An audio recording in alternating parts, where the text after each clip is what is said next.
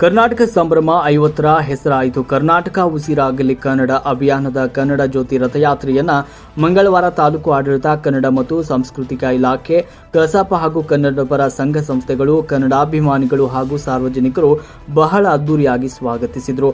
ಮಾಗಡಿ ತಾಲೂಕಿನ ರಾಮನಗರ ಗಡಿ ಜಿಲ್ಲೆಯ ಶಾನುಬೋಗನಹಳ್ಳಿ ಗ್ರಾಮದಲ್ಲಿ ಕನ್ನಡ ರಥವನ್ನು ಸ್ವಾಗತಿಸಿದ ಮಾಗಡಿಯ ತಾಲೂಕು ಆಡಳಿತ ಹಾಗೂ ಕನ್ನಡ ಸಾಹಿತ್ಯ ಪರಿಷತ್ ಸದಸ್ಯರು ಆರತಿಯನ್ನ ಬೆಳಗ್ಗೆ ಹಂಪಿ ಮಾದರಿಯಲ್ಲಿ ಕಲ್ಲಿನ ರಥವನ್ನು ಸ್ವಾಗತಿಸಿಕೊಂಡರು.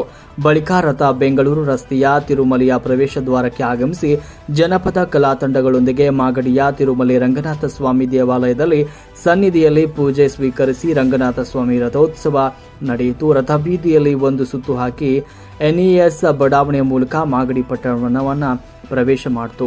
ಕನ್ನಡ ರಥಕ್ಕೆ ಚಾಲನೆ ಕೊಟ್ಟು ಮಾತನಾಡಿದ ತಹಶೀಲ್ದಾರ್ ಶರತ್ ಕುಮಾರ್ ಅವರು, ಕನ್ನಡ ಭಾಷೆ ಪ್ರೇಮ, ನಾಡು ಜಲ ವಿಚಾರ ಬಂದಾಗ ಕನ್ನಡಿಗರು ಒಗ್ಗಟ್ಟಿನ